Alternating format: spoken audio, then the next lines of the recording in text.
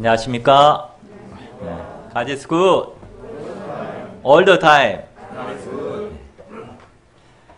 찬양 중에 예수 우리들의 밝은 빛 그 찬송을 들으니까 참 어둠 속에 빛을 보는 것 같은 느낌입니다. 진짜 다시 코로나가 재발되고 있는 것 같고 온 세상이 깜깜한데 답답한데 정말 주님만이 우리의 빛이 되는 것 같아서 너무나 감사했습니다. 마태복음 5장에서부터 오늘부터 이제 7장까지 이는 유명한 산상수훈 말씀으로 마태복음에 나오는 5개의 강화 중에 첫 번째 말씀입니다. 지난주 메시지에는 천국복음을 전파하시는 예수님에 대해서 나왔는데 그 천국복음으로 전파하신 내용이 바로 산상수훈의 말씀입니다. 산상수훈의 말씀은 천국 백성의 대헌장 마그나 카르타이자 마태복음에 나오는 중요한 제자도가 들어있는 말씀입니다. 오늘 말씀은 2가지 큰 주제에 대해서 말하고 있습니다. 첫째는 팔복에 관하여 곧 진정한 복이 무엇인가에 대하여 말씀해 주십니다. 둘째는 세상과의 관계에 있어서 제자들의 정체성에 대해서 말씀하여 주십니다. 우리나라 사람들은 예로부터 복을 참 좋아합니다.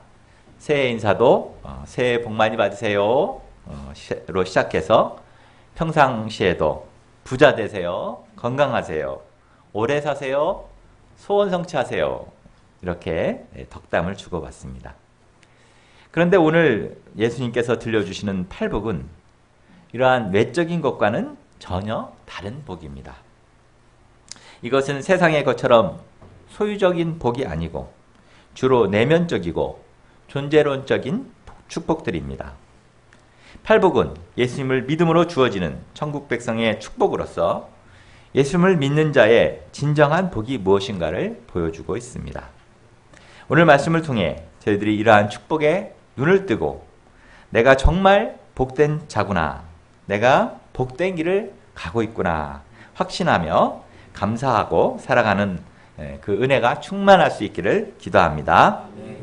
요절 말씀 3절 함께 읽고 제가 기도하고 시작하겠습니다. 시작.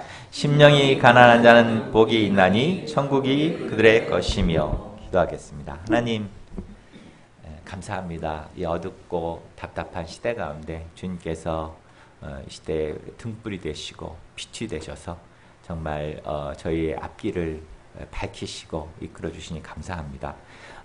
참 귀한 오늘 또 마태복음 말씀 앞에 나왔습니다. 저희들은 어떤 것이 진정한 복인지 모릅니다. 또 어떻게 제자의 길을 살아가야 될지 모릅니다. 귀한 말씀을 통해서 저희의 심령 가운데 귀한 생명의 말씀을 더하여 주시고 이 말씀이 빛이 되어 저희의 앞길을 이끌어 주시기를 기도합니다. 감사하고 예수님 이름으로 기도합니다. 아멘. 제1장 팔복 1절로부터 12절입니다. 1절을 보십시오. 예수님께서 무리를 보시고 산에 올라가 앉으시니 제자들이 나아왔습니다.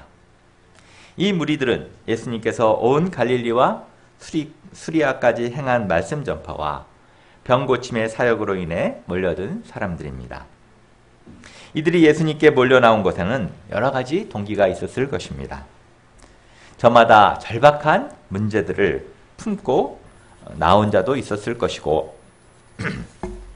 단순히 호기심 가운데 나온 자들도 있었을 것입니다. 제자들은 이런 무리와는 달리 이미 예수님을 영접하고 천국 백성이 된 자들입니다. 또 예수님을 배우고 따르려는 자들입니다.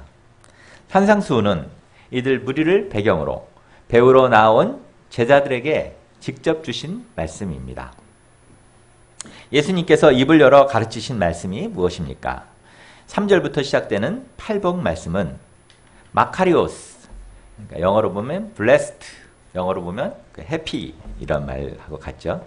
복되어라, 행복하여라로 시작해서 어떤 자들이 복된 자인가를 말하고 그 종속절에는 호티, 그러니까 포라는 건데 왜냐하면 이래서 이렇게 복된 자다 이렇게 이 접속사가 나오면서 그 이유를 설명해 주고 있습니다.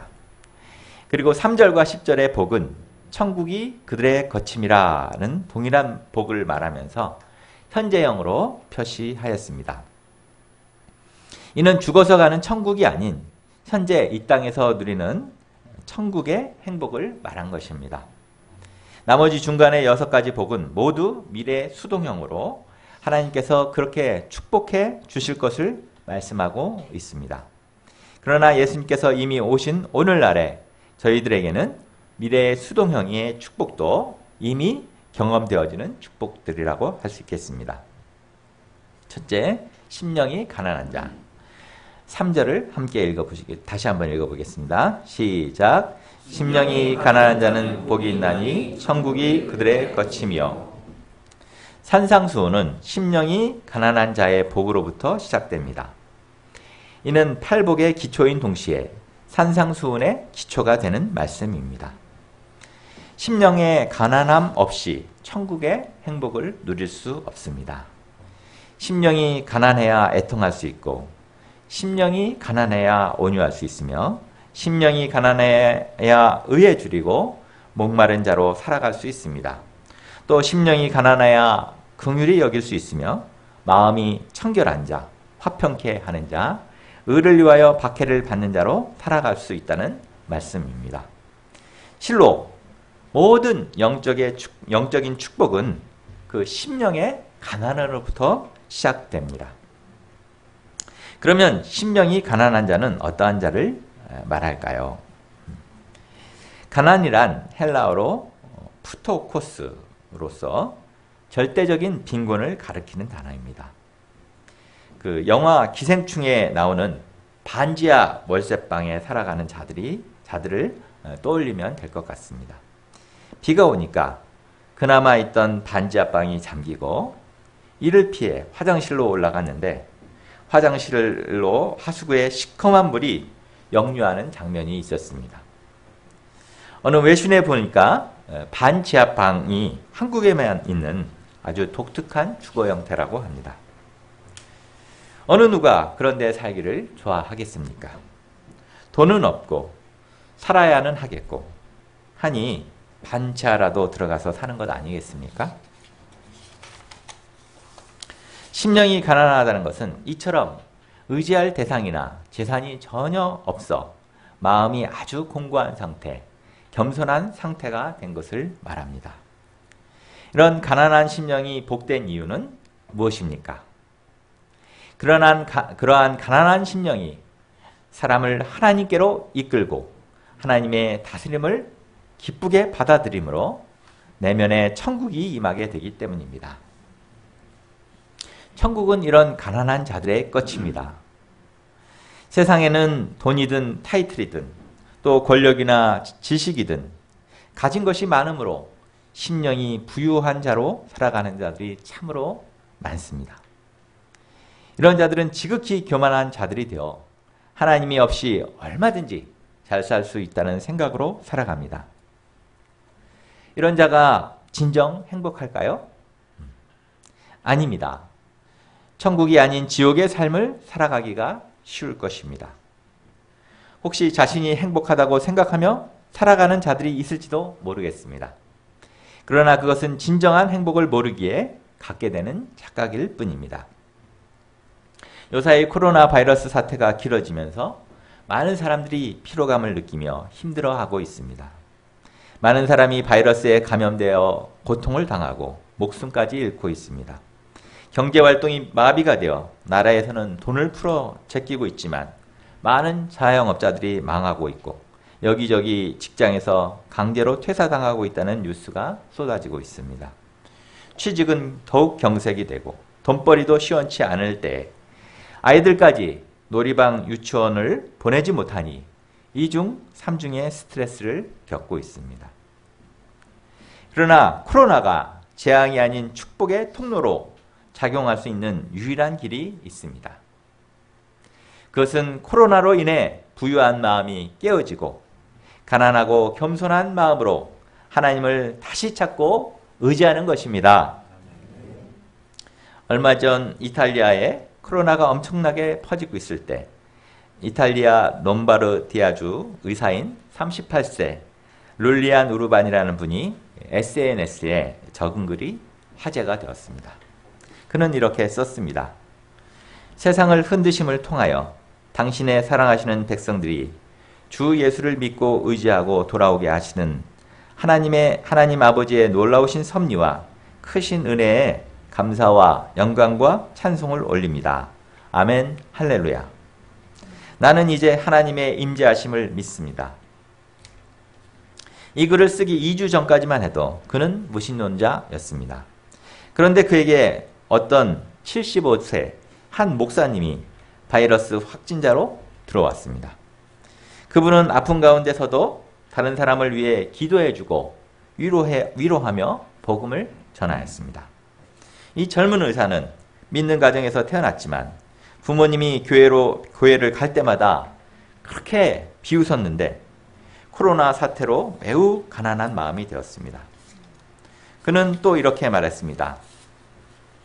이제 우리는 더 이상 의사가 아닙니다. 우리는 그저 누가 살 수 있고 누가 죽음을 맞으러 집으로 보내져야 하는가를 결정하고 라벨을 붙이는 사람에 불과합니다. 우리는 지쳤고 우리의 동료 2명은 사망했으며 다른 동료들도 이미 바이러스에 확진되었습니다. 인간이 할 수 있는 일이 끝나는 상황에서 우리는 하나님이 필요함을 깨달았습니다. 그리고 짧은 몇 분의 휴식이 주어질 때마다 우리는 하나님께 도움을 구하기 시작했습니다. 우리는 서로 얘기를 나눕니다. 치열한 무신론자였던 우리가 지금 매일 우리의 평강을 구하고 우리가 환자들을 잘 돌볼 수 있도록 우리를 도와주시기를 주님께 구하고 있는 우리 자신을 믿을 수가 없노라 라고 말입니다. 나는 지금 이 땅에서 나의 무익함을 깨닫지만 나의 마지막 호흡을 다른 이들을 돕는 데 줄 수 있기를 원합니다. 나는 나의 동료들의 죽음과 그들의 고통에 둘러싸여 내가 하나님께 돌아온 것에 대한 기쁨이 넘칩니다. 인간은 참으로 죄악되어서 좀처럼 가난한 마음으로 하나님 앞에 나오지를 않습니다. 아직도 자신의 힘으로 잘 살 수 있고 얼마든지 행복하게 살 수 있다고 생각합니다. 이런 자들은 눈부신 과학기술과 인공지능을 신뢰합니다. 돈을 의지하고 지식을 자랑합니다. 그래서 이 한껏 높아진 교만의 바벨탑을 깨트리기 위해서 코로나 사태가 온 것입니다. 인간이 항복하지 않으면 않을수록 이 코로나 사태는 더욱 길어질지 모릅니다. 하나님은 더 센 변종 돌연변이 코로나를 보내서 사람들을 징계할 수도 있습니다. 사람들은 백신과 치료제를 눈이 빠지게 기다리고 있지만 하나님 앞에서 가장 시급히 먼저 해야 할 일은 회개하고 가난한 마음으로 하나님께 돌아가는 것입니다. 전 세계적 회개운동이 일어나고 교회부터 우리부터 나부터 하나님의 통치를 받아들이고 다스림을 받을 수 있다면 지금의 지옥의 상황이 천국으로 속히 변화될 것입니다. 아멘. 그러므로 하나님께서 가난한 마음을 갖도록 실패와 환난과 고난을 주는 것은 커다란 축복입니다. 우리를 진정 천국 백성 삼으려 하고 천국을 소유한 자로 행복하게 살아가도록 하시기 위함입니다. 요한계시록 3장에는 부유한 현대교회의 상징으로 라오디게아 교회가 나옵니다. 라오디게아 교회는 면방직 기술과 의술의 발달로 돈을 많이 번 부자 교회였습니다. 이들은 하나님이 주신 축복을 잘 감당치 못하므로 부유함 속에 매너리즘에 빠져 심령이 늙어버렸습니다. 그들은 부유하여 부족함이 없다고 노래했지만 하나님은 이들 교회를 책망하셨습니다. 내가 말하기를 나는 부자라 부유하여 부족한 것이 없다 하나 내 공고한 것과 가련한 것과 가난한 것과 눈먼 것 벌거벗은 것을 알지 못하는 도다. 무릇 내가 사랑하는 자를 책망하여 징계하노니 그러므로 내가 열심을 내라 회개하라. 우리가 가난한 심령을 지속적으로 갖기 위해서 가장 좋은 방법은 주님이 맡겨주신 양무리들을 어떤 모양으로든지 사랑으로 양육하는 것입니다. 사람을 돕고 섬기는 일에 마음과 에너지를 쓸 때 가난한 심령이 되어 지속적으로 천국에 가는 복된 삶을 살아갈 줄 믿습니다. 둘째, 애통하는 자. 4절을 보십시오. 애통하는 자는 복이 있나니 그들이 위로를 받을 것이며. 애통이란 매우 슬퍼하며 통곡하여 우는 것을 말합니다. 세상에는 이런 애통하는 자들로 넘쳐납니다.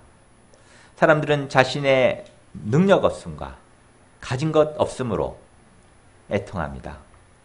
시험에 떨어져서 연인에게 차여서 사랑하는 사람을 죽음으로 먼저 보내서 세상의 여러 불의함으로 차별 대우를 받고 손해를 볼 때 매우 애통해합니다. 그러나 예수님께서 말씀하시는 애통은 조금 차원이 다릅니다.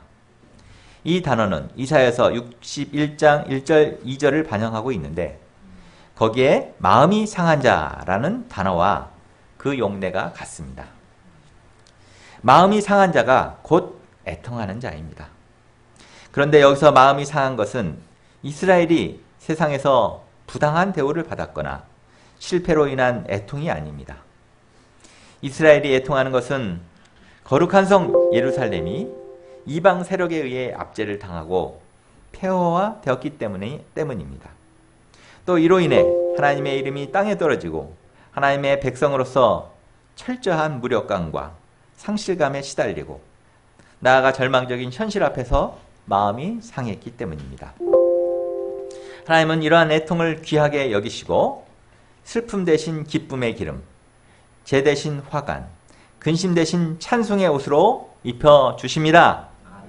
또한 이들을 여호와의 영광을 나타낼 의의 푸른 나무들로 축복하여 주십니다. 아멘. 셋째, 온유한 자. 5절을 보십시오. 온유한 자는 복이 있나니 그들이 땅을 기업으로 받을 것이며. 온유란 말 그대로 따뜻하고 부드러운 성품을 말합니다.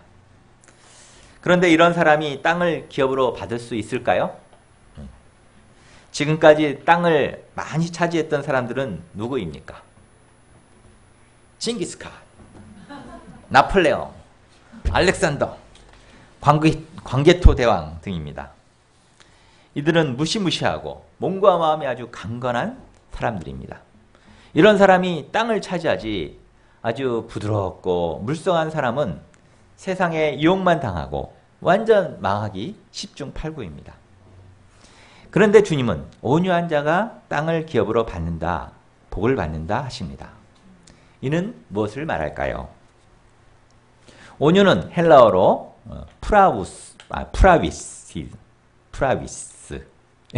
프라비스인데 이 말은 그 동물에 관해서는 길들여져서 아주 유순해져 있는 상태를 의미합니다. 즉 온유는 선천적으로 조용하고 내선적인 사람에게서 일반적으로 나타나는 성품을 말하는 것이 아니라 본성은 아주 거칠고 급하고 인내심이 없었던 사람이 예수 그리스도를 주님으로 섬김으로 나타나는 순종인 것입니다. 즉 주님의 성품으로 길들여진 것입니다. 모세가 그런 사람이었습니다. 그는 원래 혈기가 많아서 동족을 아주 쳐 죽여 파묻고 도망친 자였습니다. 이런 모세가 미디안 광야에서 40년 동안 양치기 훈련을 받음으로 지면에서 가장 온유한 자가 되었습니다. 하나님은 이런 모세를 출애굽의 지도자로 세우시고 창쾌한 엑소더스의 역사를 이루셨습니다. 만약 모세가 온유하지 않았다면 그 노예의 백성으로 찌들어 때마다 불평불만을 터뜨리고 요구하고 우상 숭배하며 제멋대로 행하던 이스라엘을 구원하기는커녕 아주 콩가루로 만들어 버렸을 것입니다. 험한 세상 속에서 땅을 얻기 위해서는 한 치의 양보함도 없이 악착같이 투쟁해야만 할 것 같습니다. 그러나 하나님 나라의 법칙은 다릅니다. 온유한 가운데 양보하는 자가 결국은 모든 것을 얻게 되는 것입니다. 하나님은 온유한 자를 사랑하시고 온유한 자에게 생명을 맡기시며 온유한 자에게 기업을 주십니다. 이는 온유한 자가 아니면 죄인들을 감당하고 섬길 수가 없기 때문입니다.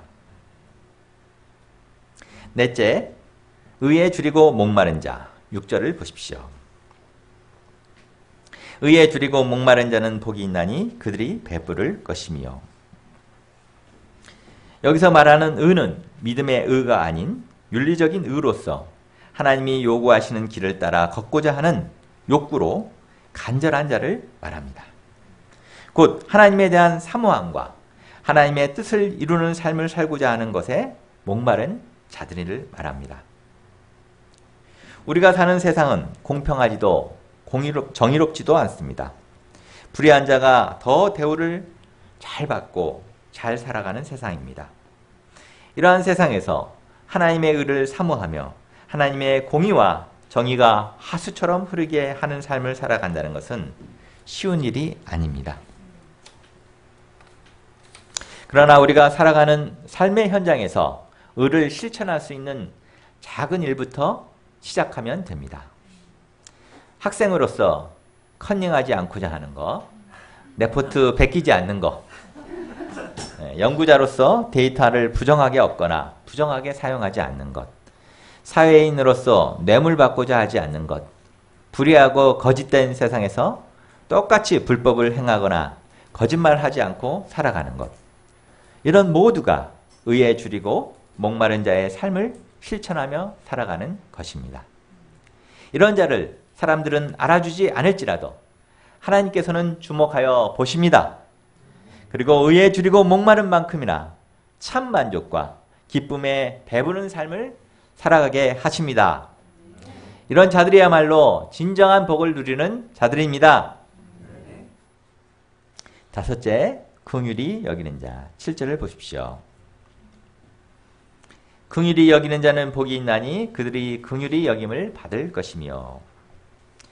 긍휼의 히브리어 엘레오스의 어원은 그 아기를 잉태한 자궁을 말합니다. 자궁 속에 있는 그 아기는 어떻습니까? 따뜻하고 보호된 환경 속에서 생명의 씨앗을 받고 점점 자라나게 됩니다. 이처럼 긍휼이란 아주 작고 어린 사람, 어려움에 처한 연약한 사람을 불쌍히 여기고 보호해 주는 것입니다.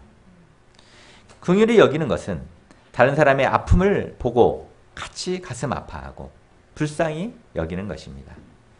같이 공감해 주는 것입니다. 남의 불행을 보고 못 본 채 하지 않고 어찌하든지 돕고자 애를 쓰는 것입니다. 자기 일도 신경 쓰기 힘든 세상에 남의 아픔까지 가슴 아파하고 신경 써주려고 한다면 얼마나 어렵겠습니까?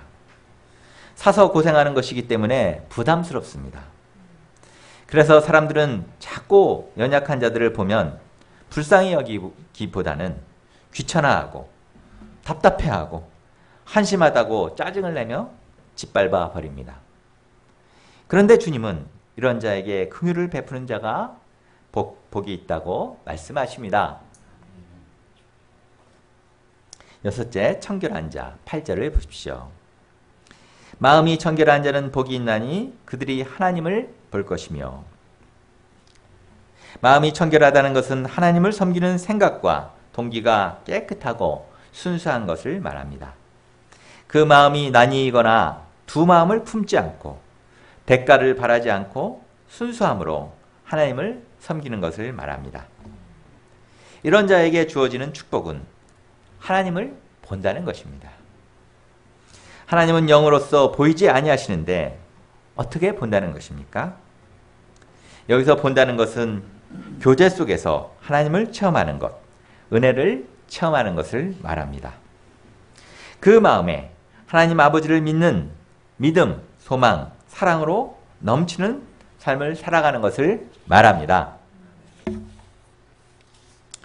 청년으로서 마음의 청결을 잃어버리고 더럽게 하는 죄의 으뜸은 정욕의 죄입니다.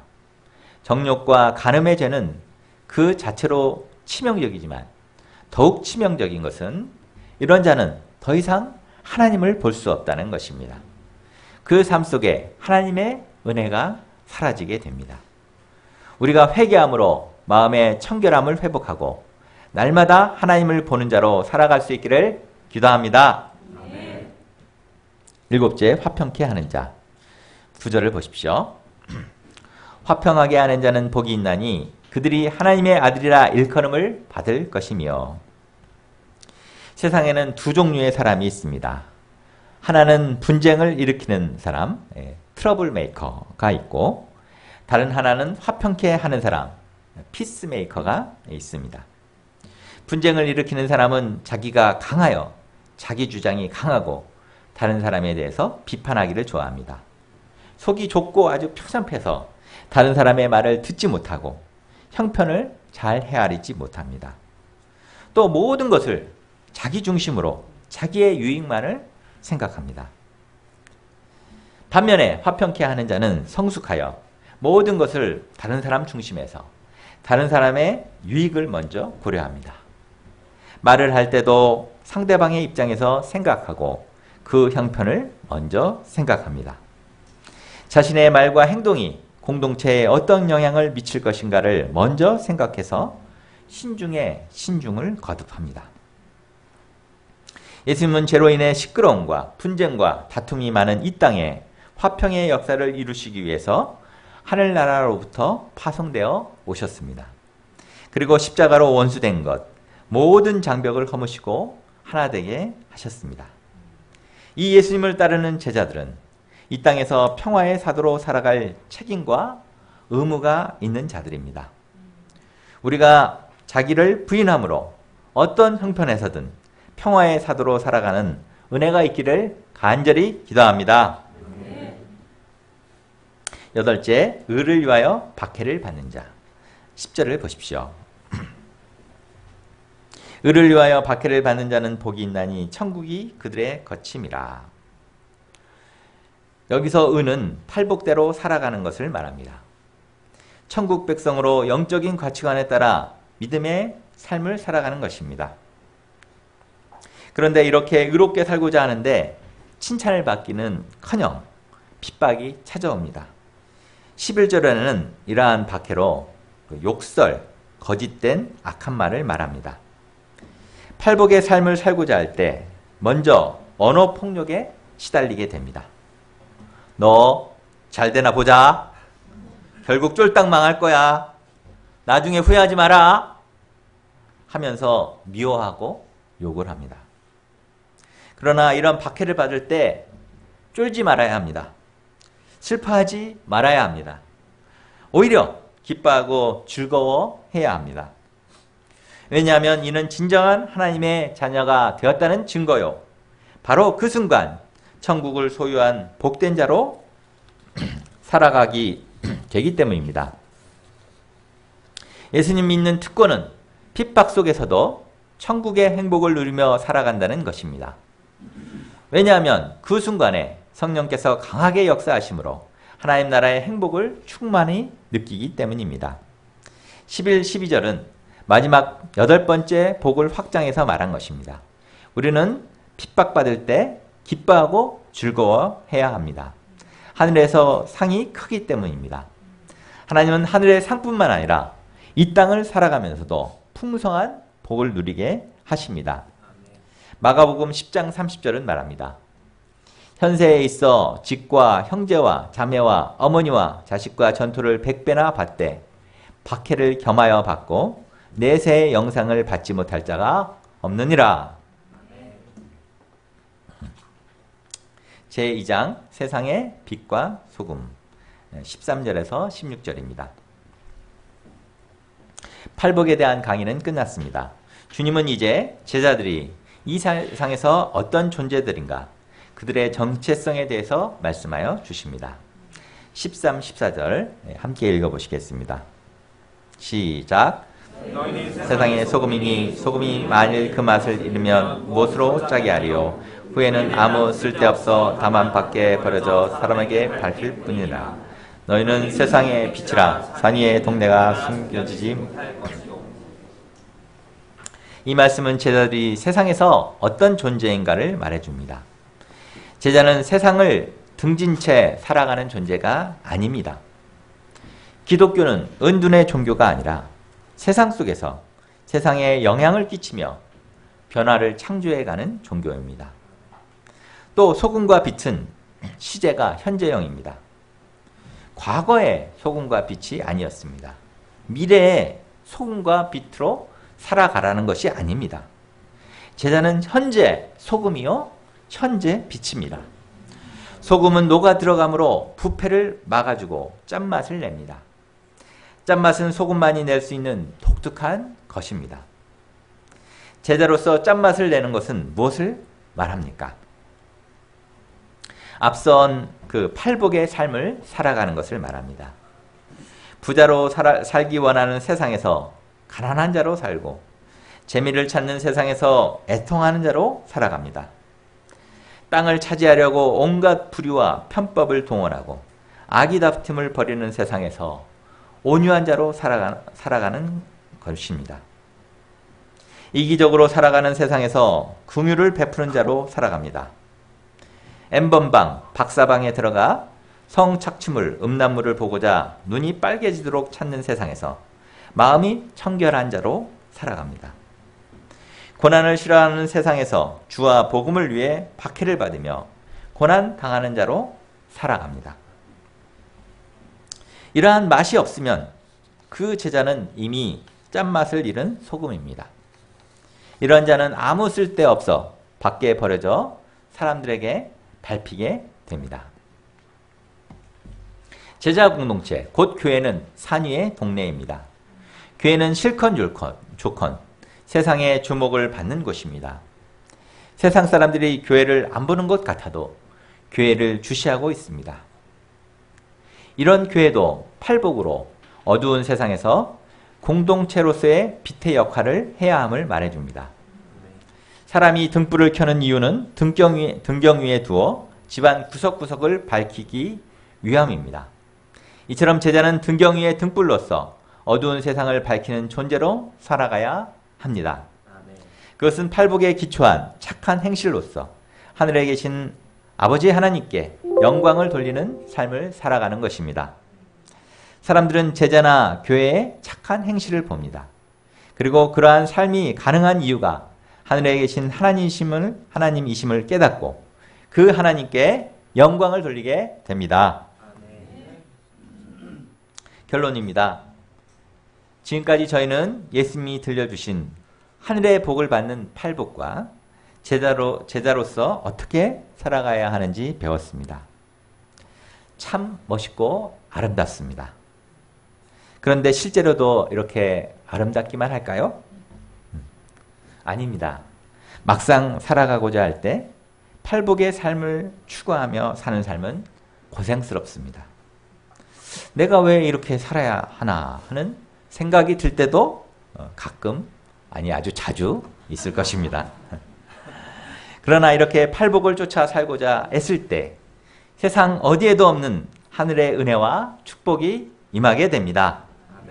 저희가 어두운 이 시대에 제자답게 팔복을 쫓아 삶으로 세상에 소금과 빛이 되어 하늘의 축복을 덧입고 또 그 복을 나누어주는 한 분 한 분이 다 되실 수 있기를 기도합니다. 제가 기도하고 마치겠습니다. 하나님 아버지 감사합니다. 어둡고 참 깜깜한 이 시대 가운데 주님께서는 참 저희를 불러주시고 너희는 세상의 빛이다. 너희는 세상의 소금이다. 말씀하시며 또 팔복의 복된 삶을 살라 명하십니다. 저희들이 참으로 저희 자신을 볼 때는 절망스럽고 참 소망이 없지만은 정말 이 가난한 심령으로 주님께 나갈 때 저희들이 또 하나님의 은혜를 덧입어 팔복의 삶을 살 수 있음을 깨닫습니다.